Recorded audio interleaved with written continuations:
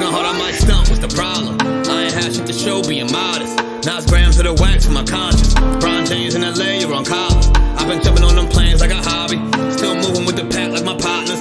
Shut the John on them jets cause we wildin'. But the bowl is a party on the island, moment of silence. So good, get back to the topic. Grew up, it was me and Flocka. Grandma's and Big T, this my mama. I ain't even for the pain when my pots flip. Knew his name, that's it, never bothered. Mom said, you the man, son, you got this. Ever since I found a way to go and pop shit. Hold up, blaze through a whole zip. Took a seat at the table of my first flip. Days in red roof with my first whip. Spent the money with the gang, never post pics. Seen a change in the game, had to coach it. Never let them take my wangs in the mold, bitch. Ever made in a month, nigga. Used to serve him at the minute just to front, nigga. Goddamn. What? Had to go work. Welcome, everybody. Definitely want to send a shout out to Cameron Bennett for being first. Appreciate you, bro. Let me go ahead and get his man his points. Really appreciate y'all for joining in. It's the start of yet another week.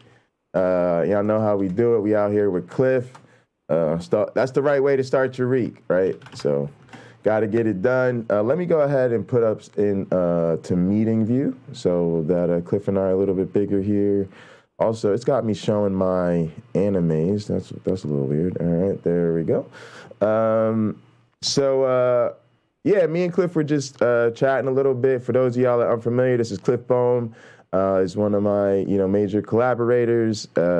He's a digital evolutionary biologist like myself. Is actually Cliff. Would you call yourself a 10x programmer? You one of them cool people? I would not call myself a 10x programmer. All right. I am at the middle of competency. All right. He's a 3x programmer, y'all. He can help yourself run a little bit faster, right? But no, he's a great programmer. Programs the modular agent-based evolver MAPE system that we use. Does a lot of work with Avita and other systems. Cliff's the type of guy who doesn't really need to use one of those systems. He could just code something for an experiment or pull a model out of his ass overnight. All very impressive stuff. We're working on some sexual selection stuff together, some cultural evolution stuff together, and we're also just, buddies, mainly because Cliff has a dope house. Let's just call it what it is. Cliff has a dope house with a blacksmithing workshop in it. You go to Cliff's house, it's a great place. You're like, Cliff, we're friends. Cliff, you can invite me over anytime. Cliff's place is a great place to hang out. But yeah, man, glad to see you. Hope you had it. Tell us about your weekend, and then let's make sure we talk about whatever was going on campus, right? There was some religious group showing up on campus. How did all that go? Well, I mean, the weekend, I don't know. Weekends are like... there was a weekend, right? I'm a grad student. I'm working on papers. There's no such thing as a weekend. Sure.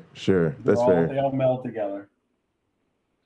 When was the campus thing? Thursday. There was so like a week and a half ago, these flyers showed up on campus that there was going to be a speaker from one world, whatever the hell, nation, whatever. As a group? Humanity group. Like I looked them up. There's some campus crusade. Yeah, you should have got us a flyer. Oh, sure. Yeah, they said they were going to give this talk, and like I only went because on the thing they had a quote at the bottom, and then it had the name of this guy, and then next to it it said Professor of Math and Philosophy, Cal Berkeley, and I was like, all right, this. I went there. Yeah, well, I was like, I want to see. Is that where you guys were at? So, and it was. I didn't even say what it was. It was Darwinism and crisis. It was going to be a talk really about problems with Darwinism. Let me ask you this: did you where did you and Charles go? We went to Stony Brook. It was Stony Brook. Okay. Well, I would say who went to Berkeley? Did anybody go to? Who was at Cal? Wasn't it Cal Tech? I was getting the schools confused.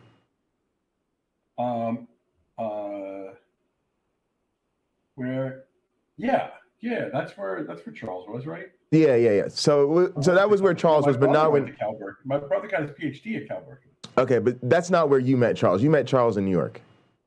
Yeah, in New York at Stony Brook. Yeah. And that would have been during his undergrad, I guess. Yeah, we were both undergrad. So you knew Charles as an undergrad, and then he went West Coast for grad school or something like that. Yeah, and I went into industry.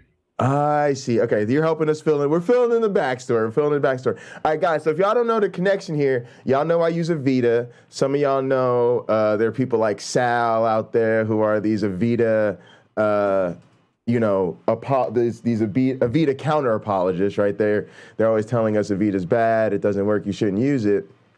So, and a lot of you guys know, I say, well, not only do I use Avita, but I was in the lab, and one of my close colleagues and committee members, Charles Afria, wrote it, right? Like, it's the guy who wrote it, right? So Cliff is in that same boat, except Cliff could trump me because, as you're hearing, him and Charles went to undergrad together, right? And why do I say this, guys? Because it's important that, and I'm sure our community understands this, but the apologists don't. They sort of talk about these scientists and these scientific projects in a vacuum, as though they're just these ethereal ideas out there, and you can just trash these ideas all day without consequence. And they don't realize that science is done by people. And when you talk trash about people's science and their work, there are people who know those people. Those people have friends. They've had people they've trained. They have people who know their work. And so then you run up against somebody like me or Cliff, and you're just so out of your depth because, one, we know the actual thing, two, we know what we're talking about, and three, we know all the people who work on this stuff.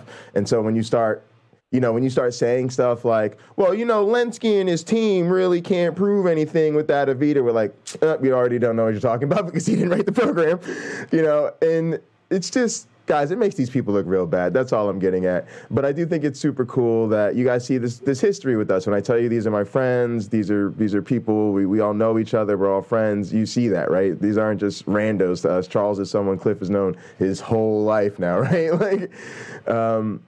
So I don't know if you ever saw this. But yeah, send me their stuff. I'm gonna share my screen real quick. It's this one.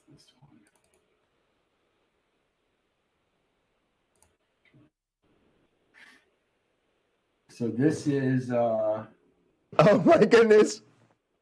On the left, this is like 1990. I want to say it's like 1993.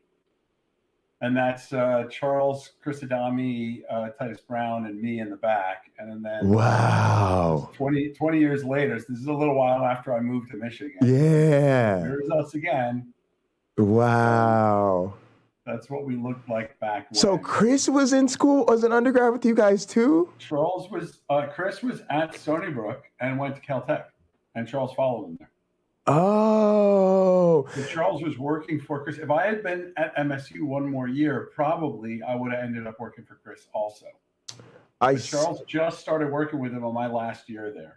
I see. So tell me this, what were they like in college? Like, as an undergrad, where did you see them going? Like, could you have seen any of this in their future?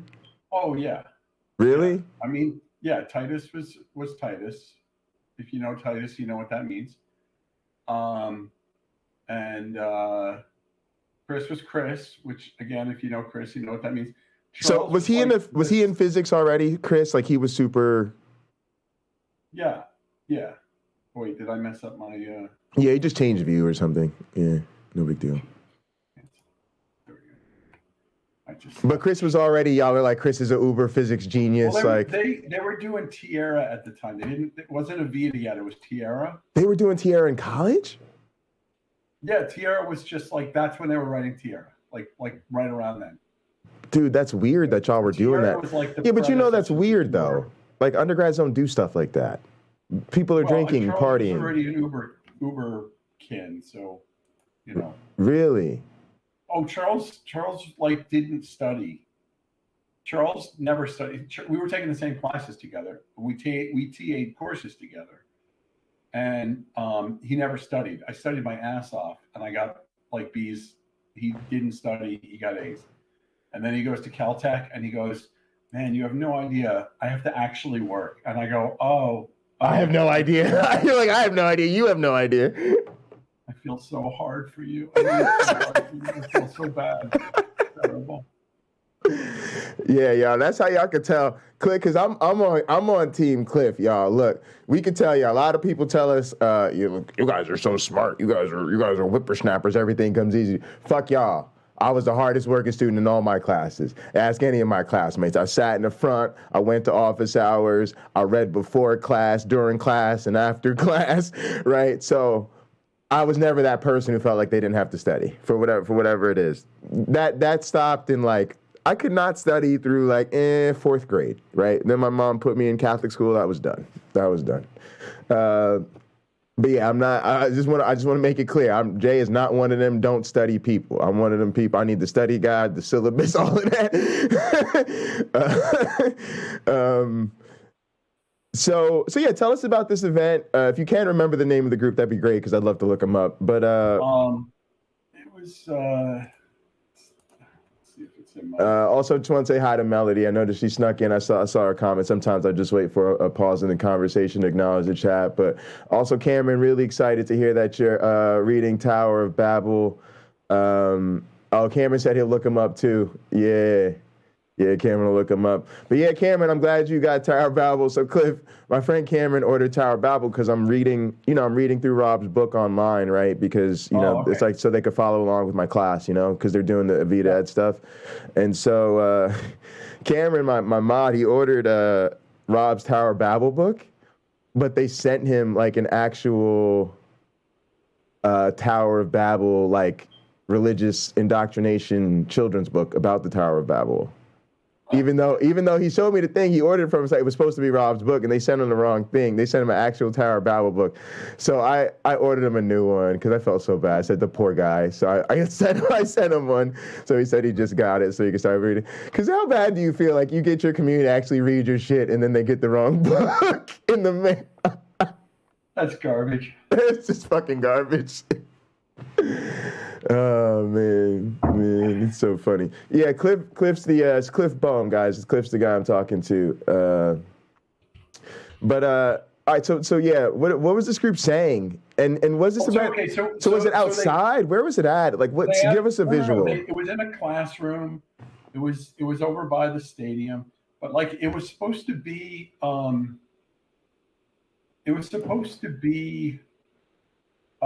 When I read the thing, I had this quote on the bottom, and I'm thinking, oh, they're going to get a professor from Cal Berkeley. It's going to be a current professor, and maybe I'll hear some new apologetics, like anti-evolution arguments, right? Like it was clearly a Christian group, but I was like, maybe there'll be something new here, and that's why I was going to show up. Like maybe we can have some new arguments that will still be complete garbage, but like fine, But okay, I haven't heard that one before, type of thing.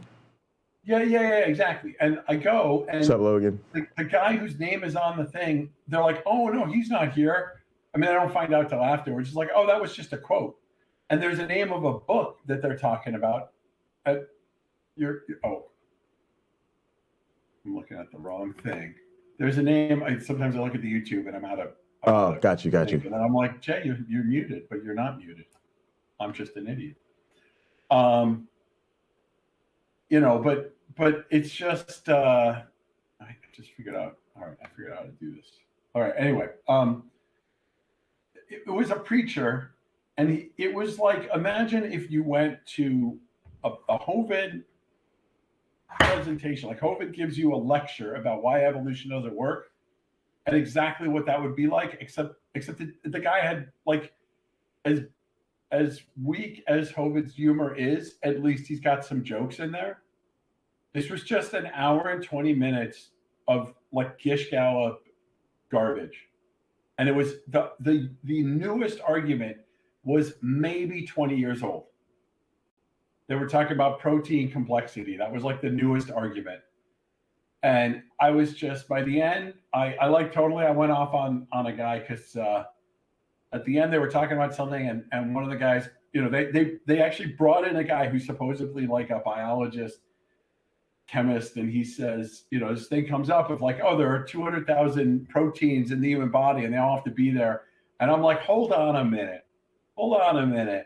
You're telling me that, I said, is it not the case that we could replace any one of those proteins with a large number of other proteins that'll behave in exactly the same way. Are you telling me that it's not the case, that it has to be exactly those 200,000 proteins?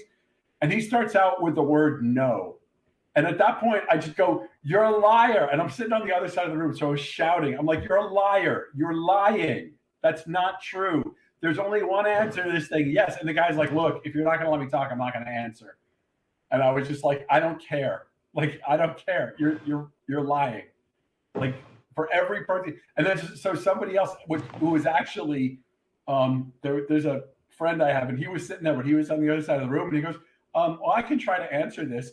And he goes on to explain that when people are born, they may have mutations that change their proteins, and that a lot of times they have no effect. And you know, sometimes they're negative and sometimes they're positive. So he basically, you know, answered for this guy who was starting out with, no, you couldn't replace any protein that the human body produces and still, you know, have a viable person. Because like, what they expect is that.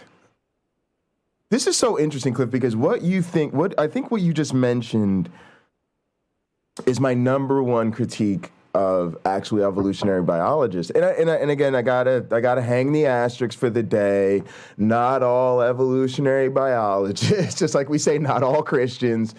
But by us taking what I'm going to call the Rob Pennock approach, because Rob will say that this is his approach, right, is I'm not going to give them the time of day. I'm not going to go to their events. I'm not going to show up to their stuff. I'm not going to debate them. I'm not going to go on their channels. I'm not going to respond to their books.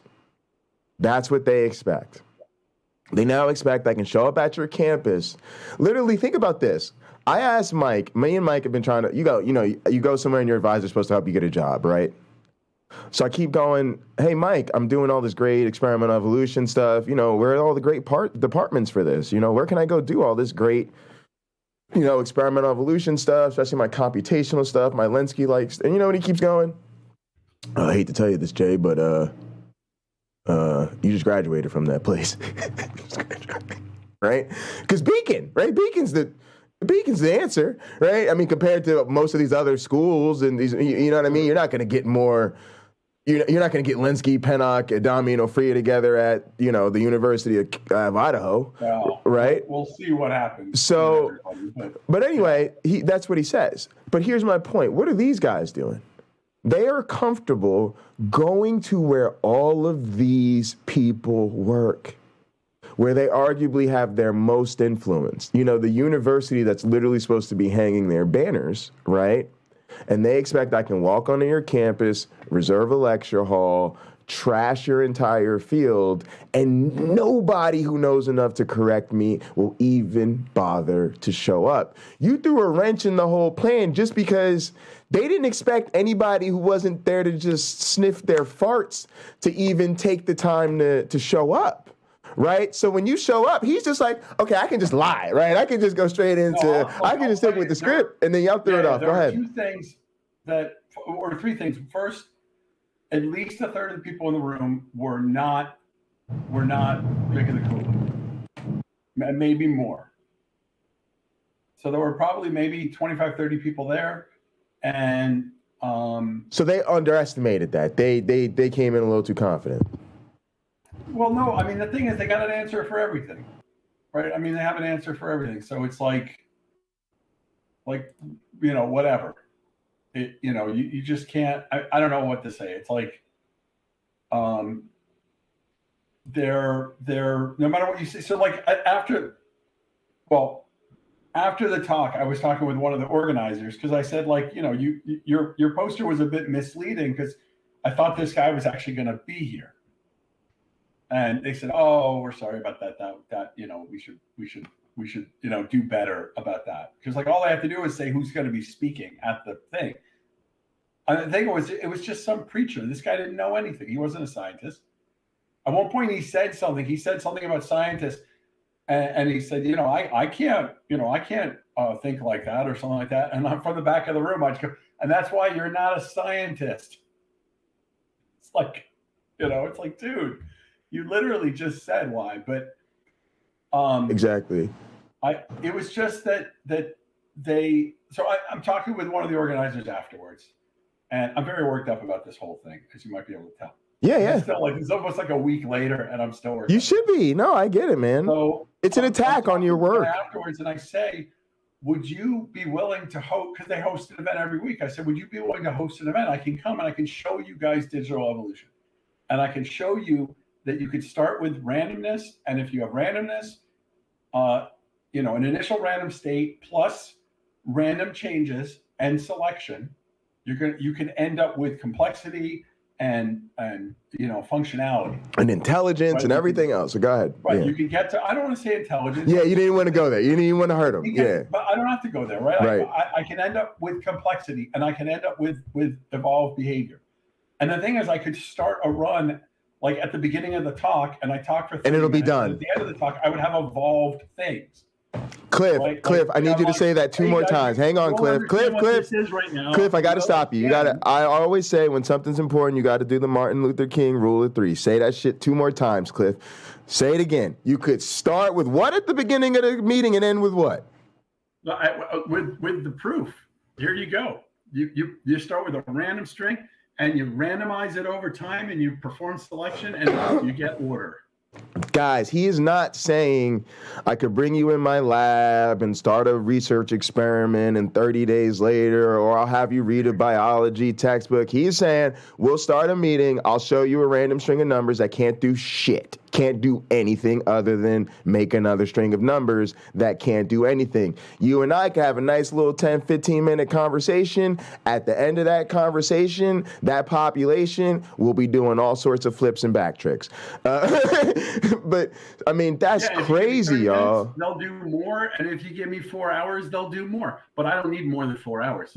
Almost nothing I run is more than 4 hours. That's crazy. All right, go ahead, Cliff. I just wanted to emphasize how crazy that is. So I told this guy, I said, I could come and do this. And then at the end, you guys will at least, A, understand what it is we're talking about when we talk about evolution. And B, you'll know what we can do, right? So you don't make bad arguments. So you don't say you can't do X. You're going to say, oh, well, we know we can do X. Now, the guy said, well, is this theoretical or like practical? And I go, it's practical. Like I can literally show it to you in real time. And he's like, oh, well, from here, can you use that to prove how the eye evolved? And I'm like, no, nobody can. Give me a time machine. I mean, I had explained to him before how the theory for how the eye evolved from a light sensitive patch to a depressed area on the skin to closing it off and forming a pinhole to forming a lens. Like I went over the whole thing with him, but like he didn't care. He didn't care. Right. But he says, "Oh, could you use this to prove?" And I say, actually, people have run digital simulations where all of the steps to evolve an eye are possible, and they've shown that the eye can evolve in a digital simulation. So, like, we could show you that, but can I show you how the actual eye evolved? Not without a time machine. Right. Right. Like, I can't go back in time and see it. And he's like, well, then, then it's just your say so. Well, okay, but then, like, what the hell do you want, guys?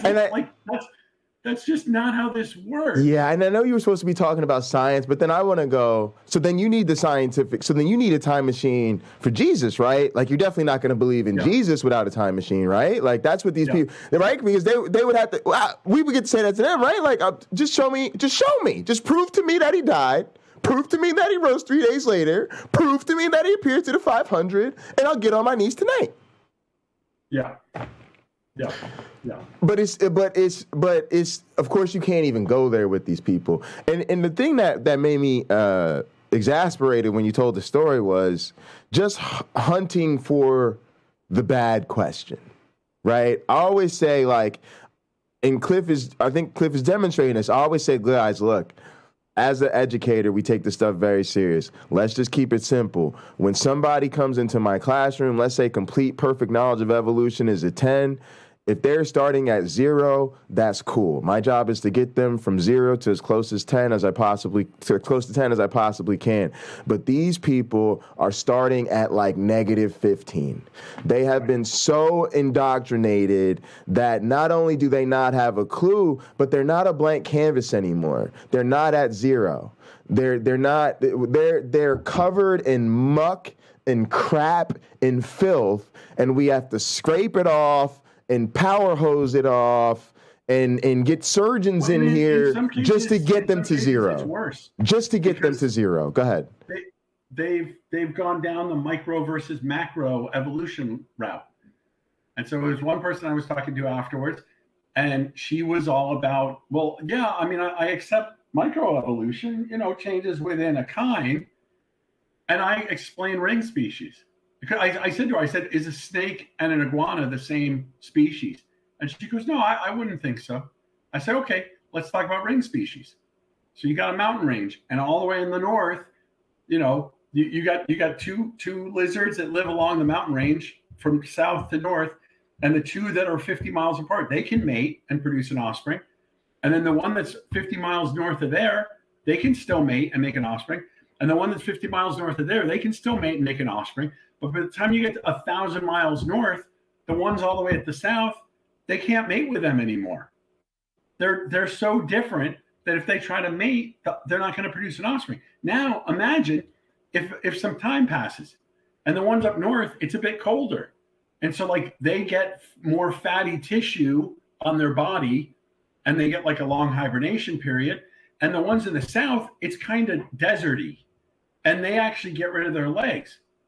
And hey, look, then now you got snakes. There you go. So that was they were no, I don't think that could happen. And it's so here's another thing I was thinking about. There's two other things I was thinking about here. One is the crazy thing about Darwin's theory is that it's so simple, right? It was the thing that I'm going to tell y'all what the real hardcore biologists that really sat and thought about what Darwin did. Sorry, that's my washer.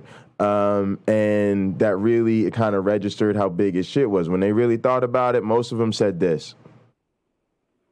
How come I ain't think of that myself? Oh, it was right there. It was right there. It was right. Literally people wrote and they said the only problem with this is I don't know why I didn't think of this myself sooner. Right? It was just right there. It's such a simple mechanism. So that's the thing about this. When we say you're not getting this, it's kind of a shame because we're not nuclear physicists. We're not asking you to understand how to build a rocket. We're trying to get you to understand, variation, inheritance, and selection, right? Things are different. Things are like their parents. Some things do better than other. Add time, there you go. Awful. And then on top of that, here's the other thing I was thinking about over the weekend. Because of the religious implications, because of the dog fight, right, that evolutionary biologists have had to deal with since day one, right, about stuff that, let's face it, has nothing to do with our science, right? We should be off just doing whatever, figuring out whatever matters science, but a lot of the things we had to just deal with people and the politics. So here's what I'm getting at with that. This is the most well-supported theory ever in the history of science, and it's because of these religious fools, right? It's y'all, think about the religious, right? Think about the world that we live in now, how religious it is, right? But think about how religious it used to be, right? So think about the fact that now most people, right, in the public school system, in the scientific sphere, all over the world, blase and the Glavinoids, all accept that we are in fact apes who evolved, right? People just accept that. That's now the default story. Even the Christians will tell you that that's a quote unquote, consensus narrative or whatever, right? Now, y'all, think about what it took to convince religious people throughout all of these fields, all of the world, all of the sciences that this is in fact the truth. Let's just be honest about it. It took a mountain of evidence that was completely insurmountable, undeniable. And so now you are not just talking about denying a scientific theory. You are talking about a scientific theory that is the most well-supported, well-evidenced theory in the history of science, and it absolutely had to be. It had to be, it has to be, and so it is, and that's the reality of it. So two things here. Number one, it's probably as simple as scientific theories get. Like, if you can't understand the basics of Darwinian evolution, you're in real trouble, because scientific theories don't get any simpler. Number two, they don't get any more well supported on an evidential basis. Period. End of story on both of those things. So that's just where I'm at over the weekend, and I think what Cliff saw on Thursday speaks to that. But yeah, go ahead, Cliff. Well, and also it reminded me, because I had a YouTube argument, like at the beginning of the pandemic. I had a YouTube argument with a Muslim guy, and we're going back and forth, and it eventually gets down to the point where he's saying that he believes that God makes every single thing happen. He believes that every molecular interaction has God's hand in it. Not that God set up the machine, but like if you have some hydrogen and you got some oxygen and you light a match, every one of the bonds that forms to create the water, vapor from the combusting oxygen and hydrogen, God is making every one of those electron bonds form actively. He's doing all of it. He's the hardware that this is all running on. And I said to the guy, I said, is there any chance that you're wrong? Like maybe it's what you think it is, but you're just like, you're off by one iota, or maybe you're insane. Maybe you're insane and like you're in a coma, or like maybe you're in a hospital, you're in a coma and this is all a dream. Like, could you imagine any way that you could be wrong? And he says, no, there's no way I could be wrong. And I'm like, at that point, I'm done. Because if you're talking to someone with the same senses that you have, in theory, and their belief is that God, they accept, a lot of these people accept that their senses can fool them. They've seen optical illusions, they know this, but they say when it comes to God, well, God wouldn't lie to me. So my senses in relation to the God claim must be perfect. It must be the case that they're perfect because God wouldn't lie to me. And you're like, but how do you know that your senses, which you think are detecting God or some evidence for God, that's not actually God, that's just you fooling yourself? And they cannot conceive of this. Like, they just can't. And at that point, you're like, I don't know what to do with you. I don't know where we can take you. I don't know what I could possibly say to you to shift you, because you're stuck on whatever you happen to believe in. Yeah. So you said you think like a third of the people were not drinking the Kool-Aid there? Yeah, a third of the people. So there were at least 6 of us from Beacon. Oh, really? There were a bunch of people who were given pushback, but I think they were undergrads. Okay. In various disciplines. But there were a lot of people giving pushbacks. And then there were some people who were, probably in that spiritual but not Christian, like Christians, but Christians who accept evolution, or other, faiths who accept evolution. And it may have been as much as 2/3 of the people, because at one point they said, oh, we're going to do a prayer now. If everyone could lower your head. And Vinny was there. Vinny counted the number of people who had their head bowed, and he said there were only 6.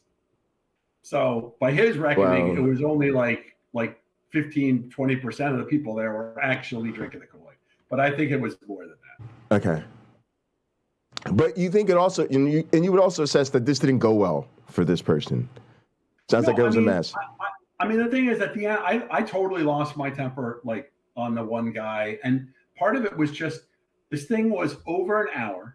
There was not a single new, not even remotely new, not if you had talked about ERVs or some of the other stuff that's like the relatively new argument. Zinc fingers or some shit like that. Yeah. Yeah. Then I was fine. Like if you had talked to stuff about stuff in the last 2 years, sure. But everything he talked about was already, literally it was like a Ken Hovind slideshow. It's like he made the slides 20 years ago. He hasn't updated them. He's just using the same thing. But the thing that was really frustrating was the number of times that he said, scientists want you to believe this, scientists believe this, scientists act like this, scientists do this, scientists' motivation is this. And I'm just like, this is garbage. Like this, I'm a scientist. Like, how many times are you going to malign me to my face? And I just have to sit here and take it. And that's why I got angry. That's why I was angry. And I wonder if part of the format is they want us to show up and they want to say inflammatory things. And so then when we lose our temper, they go, "Oh, look, those guys can't even hold they're not decent people." Right. Cliff, I got to go in a few minutes just so I can get on time with my meeting with Mike. But I did a podcast once called "I Can't Keep My Cool with Creationist," and what it was I noticed I kept going off on certain people that in our community that some of the other atheists and people like that kind of liked and were friendlier towards, and I was cursing these people out, or at least ranting about them like that. And I said in that show, the purpose of that show was to basically say, look, maybe for a lot of you guys, it's just it's a distance. You're a fan of evolution. You think evolution's cool. You accept it. You believe it. So you can just have these sort of conversations, these nice conversations where you tell these people they're wrong and all this stuff. But I'm like, this is my livelihood. This is what I do. This is how I feed myself. This is you're talking about my friends. Again, when you talk about Rich Lenski, you were not talking about the name on a paper to me. You were talking about the person who made sure I didn't skip a meal for a decade. Literally. Right? I'm ready to fight you, right? You're just talking about our lives. And so I said, maybe I'm not the right person to do that. I've since learned, you know what I'm saying? I'm now doing the dance a little differently because I've been out here. But that's exactly where I was. It was like, I don't have that healthy distance. I'm like, you start talking about my friends in front of my face, I'm ready to punch you, like, because you're talking about my friends in front of my face, right? Like, James Apperson, one of our buddies, likes to quote Mike Tyson, who said, people have gotten too comfortable disrespecting other people and not getting punched in the face for it. I'm going to let you close this out with any closing thoughts or anything else you want to wrap up with so I can go to my next meeting, whatever. Where were you on Saturday? That's what I want to know. Where was I on Saturday? Yeah. Oh, for Connie's thing, being a COVID coward. All right. Rob invited. Everybody was fine. Everyone was wearing masks when they were inside. Really? Rob invited me. That's not true. If there were 3 people inside, we didn't wear a mask. Okay. But there were only like 15 people there. So. Yeah, I knew it was going to be a small thing. Rob definitely invited me, and I was just being a COVID coward. I felt terrible about it, but I told him I probably wasn't going to come. But I'll see you on Wednesday. Yeah, we should talk about the mic stuff. We can talk about bit. And you got I don't know if you saw that. I sent out a new proposal for the. Yeah. So I say on Wednesday, because I think the shape stuff is actually pretty good, and I'll get most of my stuff just up and running. But I probably won't need too much from you on that. If I do, I'll let you know. So let's plan to maybe do that next Wednesday. But this Wednesday, let's focus on the stuff with Mike and Maria. That way, we're prepared for Thursday or whatever we're going to do with them. Well, that I don't think we have to worry about that. I look at the write-up. If you have questions, okay. Like just send me an email. What I'd like to do on Wednesday, if we could, is if you could put together a presentation that's like just from scratch, that's like a proposal with the question and the research system, for just like to get you to think through like what we need to build. Okay, for my stuff or for Mike and Maria stuff? For your stuff. For my stuff. That's the Mike and Maria stuff is okay. So just thinking a little presentation about conceptually, so not code, but like your think stuff, right? Like let's like the shape stuff. Yeah, okay. Like what the question is going to be, how we're going to set up the experiment, what we're going to have to develop, and then it's going to be wrong, and we'll talk about. Got it. Awesome. All right, man. I'll see you on Wednesday. Thanks so much, Cliff. All right, later on. All right, gang, that's going to do it for me, too. I will be back probably, I got a meeting with Mike, and then I might come back for a little bit, and then I've got a meeting with Rob. So maybe in between my meetings, so maybe a little bit after 2, if not certainly after 6. All right, guys, I'll see y'all later. In the name of Darwin, the Dawkins, the Christopher Hitchens. Science bless you all.